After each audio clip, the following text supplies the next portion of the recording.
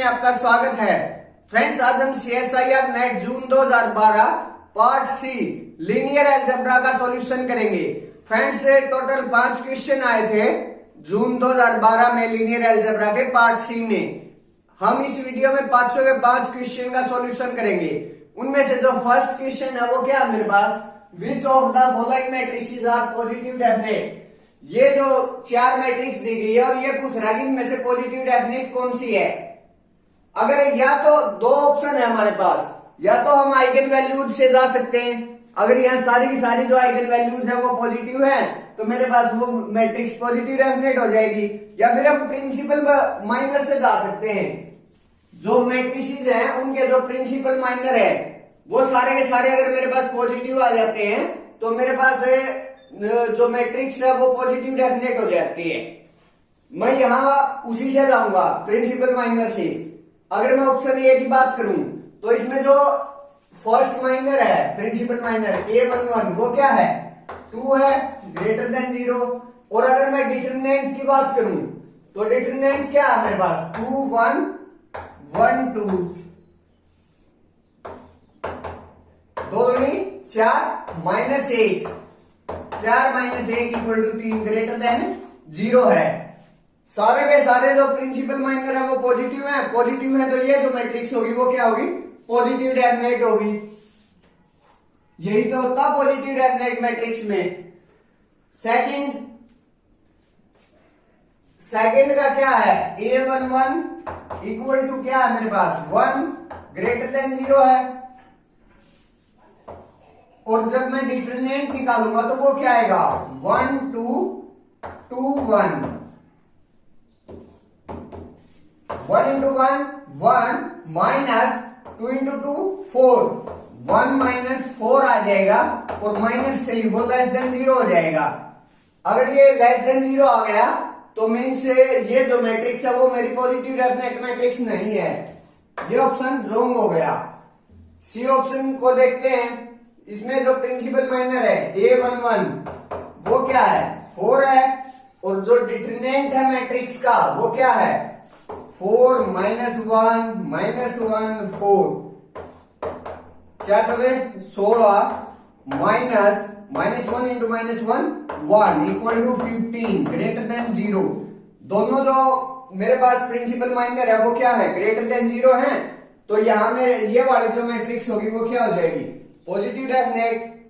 अब D option पर बात करते हैं। डी ऑप्शन में मेरा जो फर्स्ट प्रिंसिपल माइनर है वो क्या है, इक्वल टू 0, और जो डिटरमिनेंट है वो क्या है मेरे पास, 0 4 4 0, 0 into 0 -4 into 4 -16 लेस देन 0। यहां जो मेरे दोनों प्रिंसिपल माइनर है वो पॉजिटिव नहीं है तो ये वाली जो मैट्रिक्स है वो मेरी पॉजिटिव डेफिनेट मैट्रिक्स नहीं है। ये जो क्वेश्चन है इसके जो आंसर है वो ए और सी आंसर करेक्ट आंसर है। नेक्स्ट क्वेश्चन नंबर 2 क्या है मेरे पास, late A be a non-zero linear transformation on a real vector space V of dimension n. Let the subspace V0 subset of V be the image of V under A. Let K equal to dimension of V0 less than n, and suppose that for some lambda belonging to R, A square equal to lambda A. Then these are the options. A मेरे पास एक linear transformation दी गई है on real vector space V of dimension n dimension के किसी भी vector space पर A मेरे पास एक लीनियर ट्रांसफॉर्मेशन है। That's clear. उसके बाद V0 एक V का सबस्पेस है और वो क्या है, image of V under A। जो V है उसकी इमेज है, मीन्स अगर मैं ये देखूं A ऑफ V करूं तो वो V0 के इक्वल आता है। That's clear. मीन्स A की जो इमेज है वो V0 है अंडर, सॉरी, जो V की इमेज है अंडर A वो V0 है, और जो डायमेंशन ऑफ V0 है वो इक्वल टू है डायमेंशन ऑफ V0 वो है k के इक्वल, और जो k है वो है स्ट्रिक्टली n से स्ट्रिक्टली कम। And suppose that for some lambda belonging to r a square equal to lambda r है, उसके बाद लैम्डा a है, सॉरी। देन ये पूछ रहा है कि लैम्डा 1 होगा या फिर डिटरमिनेंट मोड लैम्डा की पावर n होगा, इस टाइप से कुछ क्वेश्चन है। सबसे पहले हम यहां बात करते हैं, अगर मेरे पास जो इमेज है, इमेज जो डायमेंशन है मेरी उससे कम है, तो मेरे पास क्या होता है, यहां ये मेरे पास इमेज है, इमेज की जो डायमेंशन है वो less then, strictly less than n है, तो मेरे पास जो नल स्पेस है एक्चुअली में होता क्या है, dimension of range space of A plus dimension of null space of A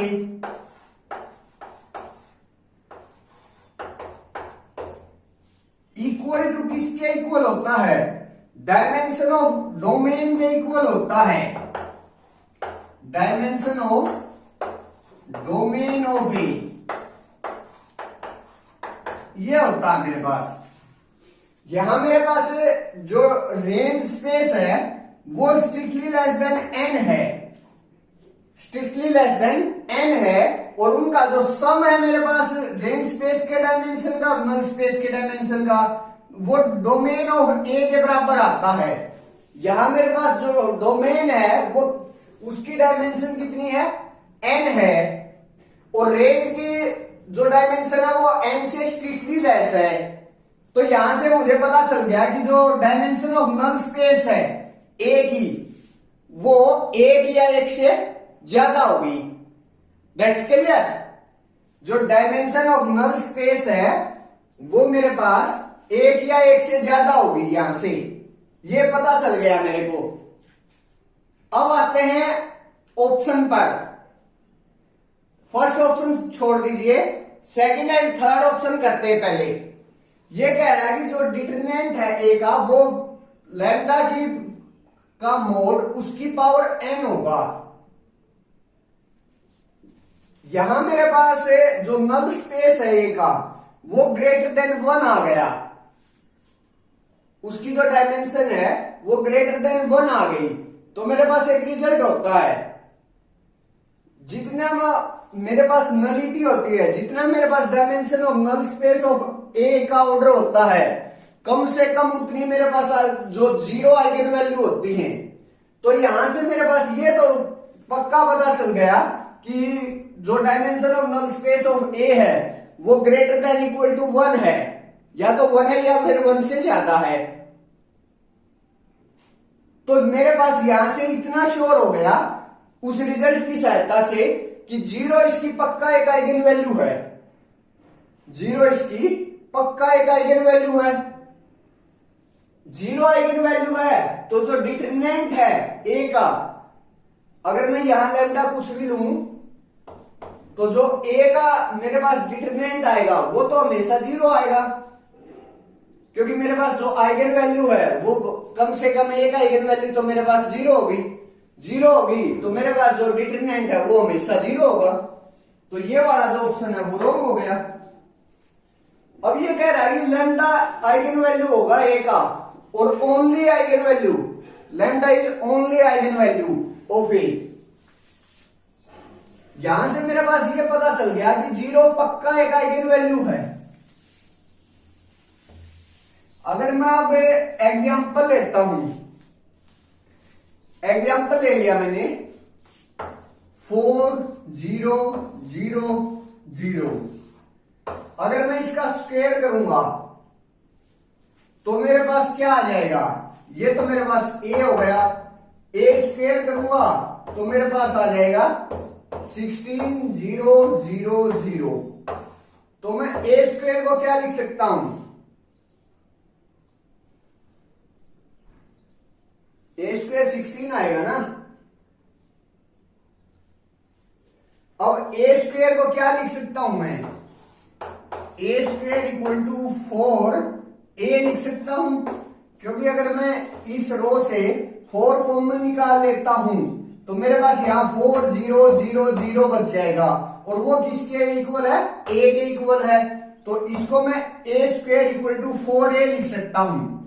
यहां से मेरे पास 4 भी एक आइगन वैल्यू है ए की, और 0 भी एक आइगन वैल्यू है, और ये वाला जो मेरा एग्जांपल है वो सारी कंडीशंस को सेटिस्फाई कर रहा है। यहां मैंने जो n है वो 2 क्रॉस 2 ले लिया, जो रेंज स्पेस है उसकी जो डायमेंशन है वो मेरे पास 1 होगी, क्योंकि इसका जो रैंक है वो 1 है इस मैट्रिक्स का। और सेम जो मैट्रिक्स की प्रॉपर्टीज होती हैं वही लीनियर ट्रांसफॉर्मेशन की होती हैं। That's clear. अब ए स्क्वायर इक्वल टू लैम्डा ए आना चाहिए मेरे पास, ए स्क्वायर इक्वल टू 4a ये आ रहा मेरे पास। That's clear. सारी की सारी कंडीशन मेरे पास सेटिस्फाई हो रही है। अब देखते हैं, सबसे पहला जो ऑप्शन है लैम्डा इक्वल टू 1, यहां मेरे पास लैम्डा क्या किसके इक्वल आया है, 4 के इक्वल। ये कह रहा है लैम्डा इक्वल टू 1, ये वाला ऑप्शन रॉन्ग हो गया, क्योंकि इसका मेरे को एक काउंटर एग्जांपल मिल गया। सेकंड ऑप्शन हमारा रॉन्ग हो ही लिया, क्योंकि मेरे पास 0 आइगन वैल्यू है, और यहां मेरे पास जो लैम्डा वो 4 है, तो 4 की पावर 2 मीन 16 आना चाहिए था, लेकिन यहां मेरा जो डिटरमिनेंट है वो तो मेरा 0 आएगा हमेशा। That's clear. ये भी ऑप्शन रॉन्ग हो गया, काउंटर एग्जांपल मिल गया। अब ये कह रहा है कि लैम्डा ओनली आइगन वैल्यू होगा, लेकिन यहां मेरे पास 0 तो आइगन वैल्यू बन रहा है, 0 आइगन वैल्यू बन रहा है, तो अकेला लैम्डा तो मेरे पास आइगन वैल्यू नहीं है, तो ये वाला ऑप्शन भी रॉन्ग हो गया। अब डी की बात करते हैं। ये कह रहा है कि there is a non trivial subspace V1 subset of V such that ax equal to 0 for x belonging to V1। ये कह रहा है कि V1 कोई भी सबस्पेस है V का, और नॉन ट्रिवियल सबस्पेस है, मींस 0 से डिफरेंट है, अदर देन 0 है, तो such that ax equal to 0 for x belonging to V।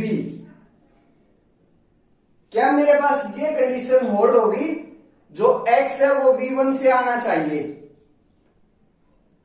ये कंडीशन क्या है, ax इक्वल टू 0। अगर किसी मैट्रिक्स या लीनियर ट्रांसफॉर्मेशन से हम किसी एक वेक्टर को ऑपरेट करते हैं, या वेक्टर की मल्टीप्लिकेशन करते हैं, और वो नल के इक्वल आ जाता है, तो मेरे पास जो वेक्टर है वो उसके नल स्पेस में चला जाता है। That's clear. ये बात समझ आई। तो यहां से जो मेरा x है वो नल स्पेस ऑफ ए में जाएगा।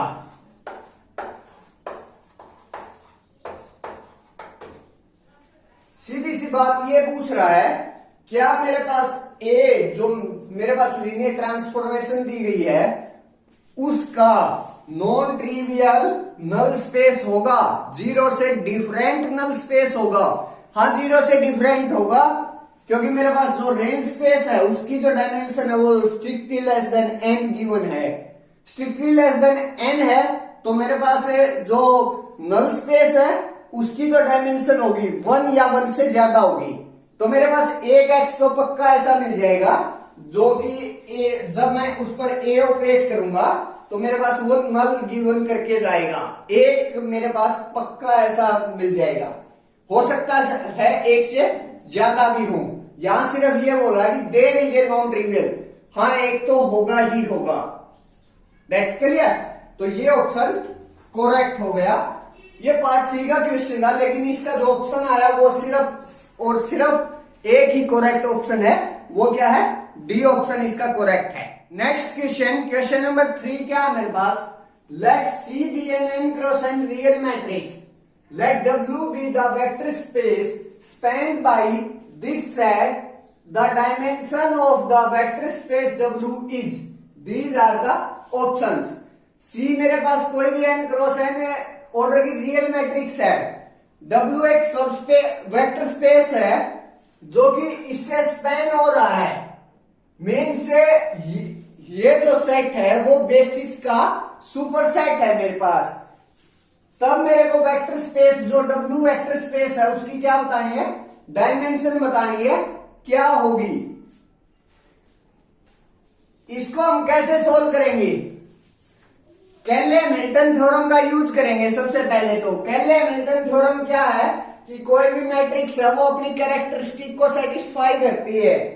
अगर मैं इसकी कैरेक्टरिस्टिक लिखूं CH, कैरेक्टरिस्टिक मैट्रिक्स, इस मैट्रिक्स की कैरेक्टरिस्टिक इक्वेशन लिखूं तो वो किस टाइप से होगी, x power of n plus lambda power of n minus 1 x power of n minus 1 plus lambda n power of n minus 2 x power of n minus 2 plus lambda x square plus lambda x plus lambda, sorry यहां lambda square आएगा, यहां lambda और यहां lambda note आ जाएगा। मेरे पास जो characteristic है वो इस टाइप से होगी जनरली। जो लैम्डा है ये कांस्टेंट होंगे, दैट्स क्लियर। जनरली इस टाइप से बनती है मेरी जो कैरेक्टरिस्टिक है। अब कैले-हैमिल्टन थ्योरम से C इसको सेटिस्फाई करेगी, तो C की power n plus lambda power of n minus 1 C की power n minus 1 plus lambda power of n minus 2 C की पावर n माइनस 2 प्लस इसी तरह lambda C plus lambda naught I equal to 0 आ जाएगा, satisfy करेगी। तो मेरे पास कैले-हैमिल्टन theorem का यूज कर लिया। अब C पावर ऑफ n को एक साइड रख लेते हैं, बाकी को दूसरी साइड ले जाते हैं। तो यहां C की पावर n तो इस साइड रह गया, बाकी को उस साइड लेकर चले गए। तो यहां लैम्डा या माइनस और lambda power of n minus 1 C n minus 1 plus lambda power of n minus 2 C power of n minus 2 plus lambda C plus lambda naught I आ गया मेरे पास। C पावर ऑफ n को मैंने इनके linear combination में लिख दिया, C power of n minus 1 C power of n minus 2 C और I इनके लीनियर कॉम्बिनेशन में लिख दिया C पावर ऑफ n को। तो जो C पावर ऑफ n है वो इनसे जो ये मेरे पास सेट बनेगा उसमें LD हो जाएगा। मीन्स ये जो सेट होगा वो LD हो जाएगा, क्योंकि C पावर ऑफ n को मैंने इनके लीनियर कॉम्बिनेशन में लिख दिया। तो यहां से और ये टोटल है कितने, 1 2 0 से लेकर n माइनस 1 तक के एलिमेंट्स हैं। तो मेरे पास टोटल n एलिमेंट्स हो गए, क्योंकि एक 0 भी इंक्लूडिंग है उसमें, 0 से लेकर n माइनस 1, तो n हो गए मेरे पास। तो जो इसकी डायमेंशन हुई C power of n means 1 C square C power of 2n, इसकी जो डायमेंशन हुई वो या तो n हो गई मेरे अभी तक मेरे अकॉर्डिंग n हो गई। अब अगर मेरे पास जो मिनिमल पॉलिनोमियल है वो इस कैरेक्टरिस्टिक पॉलिनोमियल से कम डिग्री की हुई, तो मेरे पास जो मैट्रिक्स है उस मिनिमल पॉलिनोमियल को भी सेटिस्फाई करेगी। और वहां से मीन्स जो ये पावर्स हैं C power of n minus 1 C power of n minus 2 C I, ये जो चीज है, ये जो पावर्स हैं वो उनसे कम जो मेरी पावर है उसके लीनियर कॉम्बिनेशन में भी लिखी जा सकती हैं। जैसे अगर जो मेरी C power of n minus 1 है, जो मेरी mx की वो हुई, mx की डिग्री हुई वो n माइनस 1 हुई, तो हम n minus C power of n minus 1 को भी इस साइड लाकर इनके लीनियर कॉम्बिनेशन में लिख सकते हैं। दैट्स क्लियर, लीनियर mx की सहायता से। तो मेरे पास जो यहां डायमेंशन आई W की वो या तो n होगी, अगर mx इससे डिफरेंट हुई और कम डिग्री की हुई तो मेरे पास जो डायमेंशन है वो लेस देन n होगी। That's clear. तो जो मेरी डायमेंशन आई, डायमेंशन ऑफ डब्ल्यू, वो less than equal to n आ गई। मुझे एग्जैक्ट नहीं पता, एग्जैक्ट मैं तब बता पाता जब मेरे को सी जो है मैट्रिक्स वो गिवन होती। यहां आर्बिट्रेरी मैट्रिक्स के बारे में बात कर रहा है, तो मेरे पास जो डायमेंशन है डब्ल्यू की, जो इस सेट से generated spend subspace vector space है मेरे पास, उसकी जो डायमेंशन होगी वो क्या हो जाएगी, less than equal to n हो जाएगी। इसको अगर मैं वर्डिंग में बोलूं तो एट मोस्ट एन हो जाएगी मेरे पास। अब ऑप्शंस पर आते हैं। ऑप्शन ए क्या कह रहा है कि 2n होगी, लेकिन मेरे पास less than equal to n आई है, एट मोस्ट एन आई है, तो जो ये एग्जैक्ट वाले ऑप्शन है ये तो रॉन्ग हो गए। अब बात आती है बी और डी की। एट मोस्ट एन ये मेरे पास आ चुकी है, तो बी ऑप्शन करेक्ट हो गया। अब डी ऑप्शन उसने अटपटा दे रखा है, एट मोस्ट 2n मीन्स ज्यादा से ज्यादा 2n। अब एक बात समझिए, अगर मैं कोई तीन चीज लेकर चल रहा हूं तो मैं उनको यह बोल सकता हूं कि मैं इस सेट से ज्यादा 4 एलिमेंट उठाकर चल रहा हूं जो कि Li है। एक्चुअल में मेरे पास 3 ही एलिमेंट्स Li हैं, 3 एलिमेंट्स Li हैं। एटमोस्ट 2n का क्या मतलब है कि ज्यादा से ज्यादा इतनी होगी, वो ये बोल रहा है कि ज्यादा से ज्यादा इतनी होगी, हो सकता है उससे कम भी हो।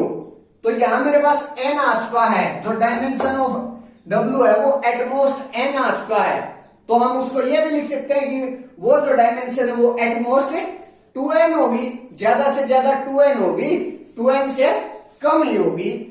दैट्स क्लियर, ये पॉइंट है यहां। तो ये वाला जो ऑप्शन है वो भी करेक्ट आंसर हो जाएगा, और इस क्वेश्चन के जो आंसर होंगे वो बी और डी ऑप्शन होंगे। नेक्स्ट क्वेश्चन, क्वेश्चन नंबर 4 क्या है मेरे पास, let v1 v2 be subspace of a vector space V, which of the following is necessary a subspace of V। v1 और v2 दो सबस्पेस दिए गए हैं, और उसके बाद ये बोल रहा है कि v1 intersection v2, v1 union v2, v1 plus v2, v1 minus v2, इनमें से कौन सा सबस्पेस होगा। सबस्पेस के लिए हम क्या करते हैं, ए कोई भी फील्ड का एलिमेंट लेते हैं, अल्फा और बीटा कोई 2 एलिमेंट लेते हैं हमें डब्ल्यू के, और क्या दिखाते हैं, ए अल्फा प्लस बीटा अगर डब्ल्यू में बिलोंग कर जाए तो मेरे पास जो डब्ल्यू है वो सब स्पेस हो जाएगा उस वेक्टर स्पेस का, उस फील्ड के ऊपर, उस फील्ड के ओवर। दैट्स क्लियर, ये प्रोसेस करते हैं। तो यहां मेरे पास सबसे पहला जो ऑप्शन है v1 इंटरसेक्शन v2 का है, तो मैं v1 और v2 से अल्फा और बीटा 2 एलिमेंट लूंगा। वो कहां से लेऊंगा, v1 इंटरसेक्शन v2 से लूंगा। ए मैं कोई भी स्केलर लूंगा फील्ड से। अब ए अल्फा प्लस बीटा करूंगा। अगर मैं ये v1 इंटरसेक्शन v2 में दिखा देता हूं तो मेरे पास ये सब स्पेस हो जाएगा। That's clear. क्या करते हैं, अल्फा और बीटा v1 इंटरसेक्शन v2 के हैं, तो अल्फा इंटरसेक्शन में जा रहा है तो v1 का भी एलिमेंट होगा एंड अल्फा v2 का भी एलिमेंट होगा। सेम बात बीटा पर होगी, बीटा v1 का भी एलिमेंट होगा और जो बीटा है v2 का भी एलिमेंट होगा। अब v1 अपने आप में एक सबस्पेस है, v2 अपने आप में एक सबस्पेस है, और a कोई भी मेरे पास क्या है, फील्ड का एलिमेंट है। तो यहां से मेरे पास क्या आ जाएगा, a alpha plus beta belonging to v1 and a alpha plus beta belonging to v2। अब जो a अल्फा प्लस बीटा है वो v1 में भी जा रहा है और v2 में भी जा रहा है, तो इनकी इंटरसेक्शन में भी चला जाएगा। तो यहां से मेरे पास a अल्फा प्लस बीटा कहां चला गया, v1 इंटरसेक्शन v2 में चला गया। अल्फा और बीटा में कहां का एलिमेंट लेकर चला था, v1 इंटरसेक्शन v2 का। और उसके एक के स्केलर मल्टीप्लीकेशन के साथ जो एडिशन है उनका वो मैंने V1 इंटरसेक्शन V2 मींस इसी W में दिखा दिया। तो मेरे पास ये जो W है वो क्या हो गया, सबस्पेस हो गया V का, मींस V1 इंटरसेक्शन V2 क्या बना, सबस्पेस बन गया मेरे पास।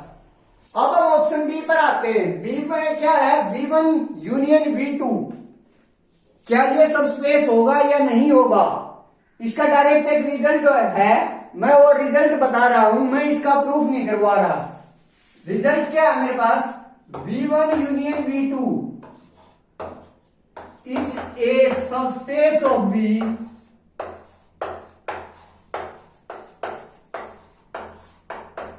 if and only if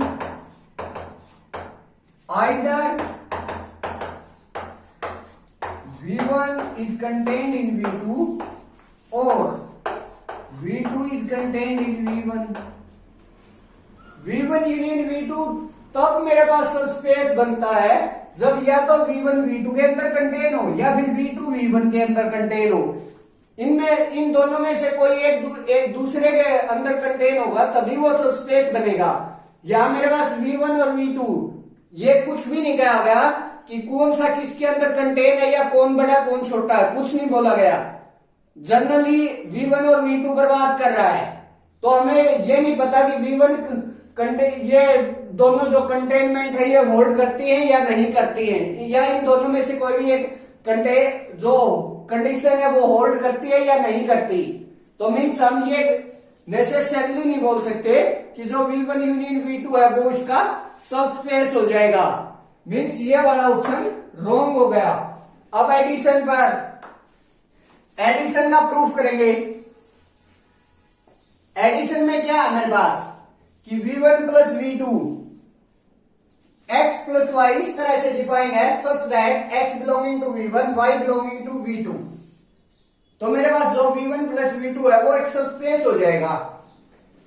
alpha beta दो एलिमेंट ले लिए मैंने, कहां के, V1 प्लस V2 के, और जो ये डिफाइन है वो किस तरह से डिफाइन है, अल्फा को मैंने मान लिया V1 plus V2 small V1 छोटो x प्लस y मान लेते हैं, x प्लस y, जहां जो x है वो V1 का एलिमेंट है और जो y है वो V2 का एलिमेंट है।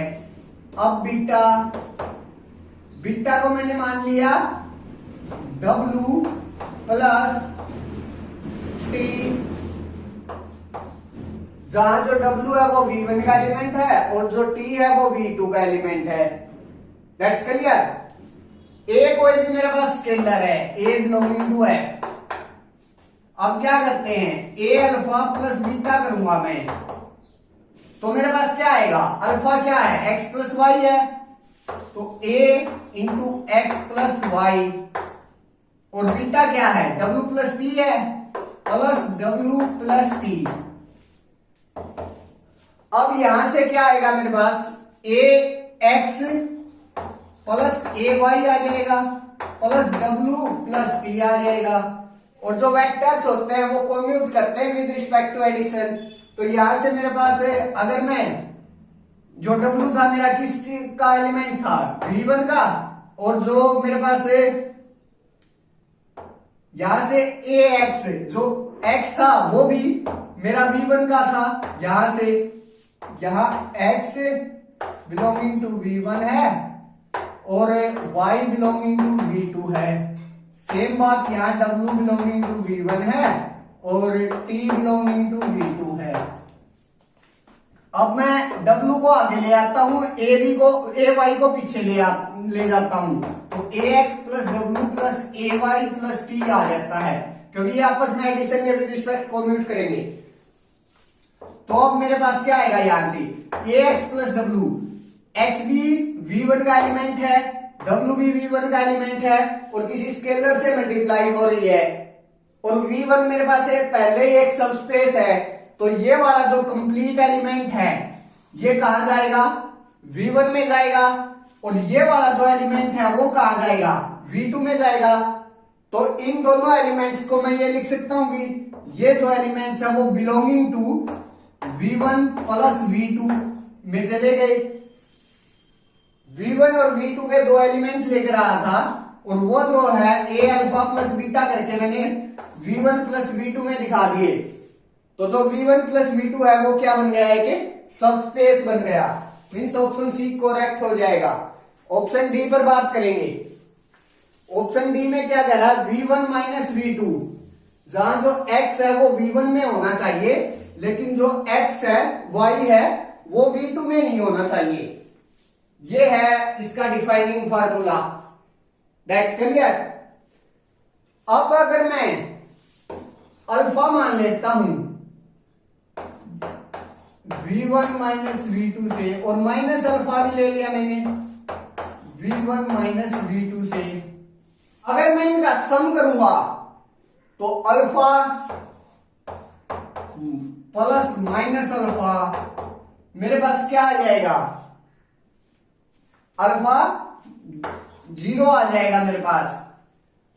और जो 0 होगा मेरे पास वो V1 माइनस V2 में नहीं होगा, क्योंकि V1 मेरे पास एक सब स्पेस है, तो V1 के अंदर भी 0 होगा, 0 कंटेन्ड इन V1 और 0 कंटेन्ड इन V2। लेकिन ये कह रहा है कि जो 0 है वो मैंने अल्फा और माइनस अल्फा इन दोनों एलिमेंट V1 माइनस V2 के एलिमेंट्स लिए, दो एलिमेंट्स लिए, उनका सम किया तो मेरे पास 0 आ गया। लेकिन जो 0 है मेरे पास वो V1 माइनस V2 में नहीं है, क्योंकि वो V1 का भी एलिमेंट है और V2 का भी एलिमेंट है। V1 और V2 का एलिमेंट क्यों है, क्योंकि V1 और V2 सब स्पेस है, और सब स्पेस में 0 एलिमेंट तो होता ही होता है, आइडेंटिटी एलिमेंट तो होता ही होता है। तो मेरे पास यहां से 0 V1 का भी है, 0 V2 का भी है, तो 0 जो है वो V1 माइनस V2 का नहीं हो सकता। तो मेरे पास जो क्लोजर है वो होल्ड नहीं किया, तो जो ऑप्शन डी है मेरा वो रॉन्ग हो गया। That's clear. तो इस क्वेश्चन का जो आंसर है मेरे पास वो ए और सी आए। नेक्स्ट क्वेश्चन नंबर 5 क्या है मेरे पास, let n be a non zero 3 cross 3 matrix with the property n square equal to null, which of the following is are true. मेरे पास n एक non zero 3 cross 3 orderly matrix दी गई है जो इस प्रॉपर्टी को सेटिस्फाई करती है कि अगर मैं उस मैट्रिक्स का स्क्वायर करूं तो वो नल आएगा। अगर एक किसी मैट्रिक्स का मैं कुछ पॉजिटिव इंटीजर पावर करता हूं और वो इक्वल टू नल आ जाता है, तो वो जो मैट्रिक्स होगी वो मेरे पास कैसी मैट्रिक्स आती है, निलपोटेंट मैट्रिक्स आती है। तो यहां से मेरे पास जो n हो गया वो n is a nilpotent matrix होगी, निलपोटेंट मैट्रिक्स। अब कुछ ऑप्शंस हैं, ऑप्शंस में सिर्फ हम इसी चीज का यूज करेंगे, इसके रिजल्ट्स हैं कुछ, उन्हीं का यूज करेंगे। सबसे पहला जो ऑप्शन है वो क्या कह रहा है कि जो n है वो is not similar to a diagonal matrix. इसका क्या मतलब है, similar to diagonal matrix. Similarity की डेफिनेशन क्या होती है कि मेरे पास एक ऐसी नॉन सिंगुलर मैट्रिक्स मिल जाए जिसका इनवर्स मैट्रिक्स और उस जो नॉन सिंगुलर मैट्रिक्स है उसकी प्रोडक्ट करूं तो मेरे पास वो क्या आ जाए। अगर मैं not similar to diagonal matrix की बात करूं तो वो डी इक्वल डायगोनल मैट्रिक्स के इक्वल ना आए, डायगोनल मैट्रिक्स के इक्वल ना आए। सीधी सी बात ये कह रहा है कि ये जो मैट्रिक्स है n वो डायगोनलाइजेबल नहीं है, क्योंकि डायगोनलाइजेबिलिटी की डेफिनेशन ही यही होती है कि एक मैट्रिक्स है उसका इनवर्स मैट्रिक्स और नॉन सिंगुलर मैट्रिक्स जो ली है उसका अगर मैं प्रोडक्ट करूं और डायगोनल मैट्रिक्स के इक्वल आ जाए, मींस ये जो मैट्रिक्स है वो सिमिलर आ जाएगी डायगोनल मैट्रिक्स के, तो मेरे पास ये जो मैट्रिक्स है वो क्या हो जाएगी, डायगोनलाइजेबल मैट्रिक्स हो जाएगी। और ये कह रहा है कि n is not similar to a diagonal matrix, diagonal matrix के सिमिलर नहीं है, मींस जो n है वो डायगोनलाइजेबल नहीं है। जो निलपोटेंट मैट्रिक्स होती है उनमें सिर्फ और सिर्फ मेरे पास जो जीरो मैट्रिक्स होती है वही डायगोनलाइजेबल होती है। अदर देन जीरो मैट्रिक्स, मेरे पास जो निलपोटेंट मैट्रिक्स है वो डायगोनलाइजेबल नहीं होती, ये रिजल्ट है। तो मीन्स यहां से मेरे पास n क्या है, नॉन जीरो है, जीरो मैट्रिक्स नहीं है। जीरो मैट्रिक्स नहीं है तो मेरे पास जो n होगी वो नॉट डायगोनलाइजेबल होगी, तो वो सिमिलर नहीं होगी डायगोनल मैट्रिक्स के। That's clear. मीन्स ये ऑप्शन करेक्ट हो गया। सेकंड ऑप्शन में कह रहा है कि जो n है वो सिमिलर हो जाएगी डायगोनल मैट्रिक्स के। ये आपस में एक दूसरे के ऑपोजिट ऑप्शन है। जब मैंने ये ट्रू कर दिया तो ये मेरा बोल्स हो जाएगा, मीन्स ऑप्शन बी रॉन्ग हो गया। अब ऑप्शन सी पर आते हैं। ऑप्शन सी क्या कह रहा है, n has one non zero eigen vector. जो n है उसके पास एक नॉन जीरो आइगन वेक्टर तो कम से कम होगा। इस पर बात करते हैं। am और gm जो आइगन वेक्टर्स होते हैं वो मेरी ज्योमेट्रिक मल्टीप्लिसिटी होती है आइगन वैल्यू की। That's clear. तो ज्योमेट्रिक मल्टीप्लिसिटी ग्रेट क्या होती है मेरे पास, geometric multiplicity greater than equal to one और less than equal to algebraic multiplicity होती है। That's clear. अब ये कह रहा है कि एक नॉन जीरो आइगन वेक्टर होगा, ज्योमेट्रिक मल्टीप्लिसिटी। सीधी सीधी बात ये कह रहा है कि जो ज्योमेट्रिक मल्टीप्लिसिटी है मेरी वो क्या होगी, एक या एक से ज्यादा होगी। और एक्चुअल में जो ज्योमेट्रिक मल्टीप्लिसिटी है वो एक या एक से ज्यादा ही होती है। तो मीन्स ये वाला जो ऑप्शन है वो करेक्ट ऑप्शन हो गया कि मेरे पास कम से कम एक जो नॉन जीरो आइगन वेक्टर होगा n के पास, यहां से non zero eigen vector means जो आइगन स्पेस है उसमें मेरे पास उसकी जो डायमेंशन है वो एक या एक से ज्यादा होगी, तभी तो मेरे पास जो आइगन वेक्टर है वो नॉन जीरो आइगन वेक्टर एक या एक से ज्यादा आएगा। क्योंकि उसमें ज्योमेट्रिक मल्टीप्लिसिटी में होता क्या है, number of Li eigen vector corresponding to eigen value. That's clear. Same बात यही के पूछ रहा है कि जो आइगन वेक्टर है वो मेरे पास एक, कम से कम एक तो नॉन जीरो आइगन वेक्टर होगा। That's clear. तो यहां से जो gm है वो ग्रेटर देन इक्वल टू 1 होगा, तो मेरे पास एक नॉन जीरो आइगन वेक्टर आ जाएगा। अब ये बोला कि n has 3 Li eigen vectors, means जो ज्योमेट्रिक मल्टीप्लिसिटी है वो मेरे पास क्या हो जाएगी, 3 हो जाएगी। क्योंकि मेरे पास सिर्फ और सिर्फ एक ही आइगन वैल्यू है, जीरो आइगन वैल्यू होती है, तीनों की तीनों जो आइगन वैल्यू होंगी वो 0 0 0 होंगी। तो जो ज्योमेट्रिक अलजेब्राइक मल्टीप्लिसिटी है वो भी 3 है मेरे पास, और ज्योमेट्रिक मल्टीप्लिसिटी भी यहां से 3 बोल रहा है। अगर अलजेब्राइक मल्टीप्लिसिटी और ज्योमेट्रिक मल्टीप्लिसिटी सेम हो जाती हैं सारी आइगन वैल्यूज के कोरस्पॉन्डिंग, तो ऐसी मैट्रिक्स मेरी डायगोनलाइजेबल हो जाती है। लेकिन ये मेरे पास नॉन जीरो निलपोटेंट मैट्रिक्स है, नॉन जीरो निलपोटेंट है तो ये डायगोनलाइजेबल नहीं है। डायगोनलाइजेबल नहीं है तो मेरे पास जो 3 Li आइगन वेक्टर नहीं हो सकते हैं इनके पास, तो ये वाला जो ऑप्शन है वो रॉन्ग हो जाएगा। मींस इस क्वेश्चन के जो ऑप्शन है ए और सी आ जाएंगे। That's clear friends. ये थे लीनियर अलजेब्रा के कुछ पार्ट सी के कुछ क्वेश्चन। फ्रेंड्स अगर आपको मेरी वीडियोस पसंद आ रही है तो प्लीज वीडियोस को लाइक करें, शेयर करें और चैनल को सब्सक्राइब करना ना भूलें, ताकि मेरा कॉन्फिडेंस बना रहे और मैं आपके लिए ऐसी वीडियो डालता रहूं। Thank you friends.